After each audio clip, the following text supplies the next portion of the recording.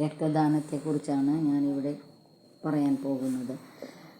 October 1 രക്തദാന ദിനം.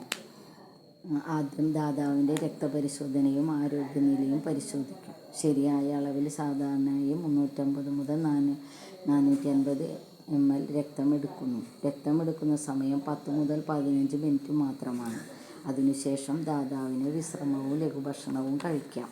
ഈ പ്രക്രിയ പൂർണ്ണമായും സുരക്ഷിതവും വേദനയില്ലാത്തതുമാണ്. രക്തദാനം മൂലം ഒരാളുടെ ജീവൻ രക്ഷിക്കാൻ സാധിച്ചാൽ അതിൽ ആത്മസന്തോഷം നൽകുന്നു. തെറ്റിദ്ധാരണകൾ: രക്തം കൊടുത്താൽ ബലഹീനമാകും എന്ന് ചിലർ കരുതുന്നു. അത് തെറ്റാണ്. ശരീരത്തിൽ പുതിയ രക്തകോശങ്ങൾ പെട്ടെന്ന് രൂപപ്പെടുന്നു. രക്തദാനം അപകടമെന്ന് വിചാരിക്കുന്നു. പക്ഷേ ആശുപത്രികളിലും ബ്ലഡ് ബാങ്കുകളിലും സുരക്ഷിതമായ രീതിയിൽ ഇത് നടന്നുവരുന്നു.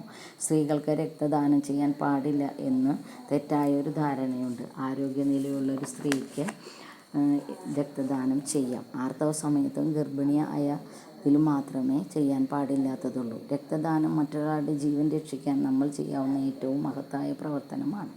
മനുഷ്യ ശരീരത്തിൽ ഏകദേശം 4 മുതൽ 5 ലിറ്റർ വരെ രക്തമുണ്ടാകും. മറ്റൊരാളുടെ ജീവൻ രക്ഷിക്കാൻ സഹായിക്കുന്നതാണ് ചെയ്യുന്നയാളുടെ ശരീരത്തിൽ പുതിയ രക്തകോശങ്ങൾ രൂപപ്പെടും. ചിലർക്ക് അടിയന്തരമായി രക്തം 18 വയസ്സ് കഴിഞ്ഞവർക്ക് മാത്രമേ രക്തദാനം ചെയ്യാൻ പാടുള്ളൂ. 60 വയസ്സ് വരെ.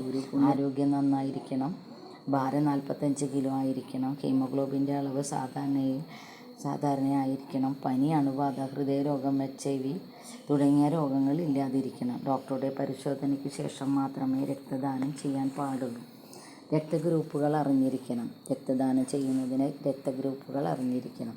4 ഗ്രൂപ്പുകളുണ്ട്: A group, B group, AB group. ഓരോന്നും പോസിറ്റീവ് നെഗറ്റീവുമായി പ്രവർത്തിക്കുന്നു. O നെഗറ്റീവ് എല്ലാ ഗ്രൂപ്പുകാർക്കും നൽകും. 4-ാം തീയതി ലോകമെമ്പാടും പോസിറ്റീവ് എല്ലാവർക്കും സ്വീകരിക്കാവുന്നതാണ്. ഇന്ത്യയിൽ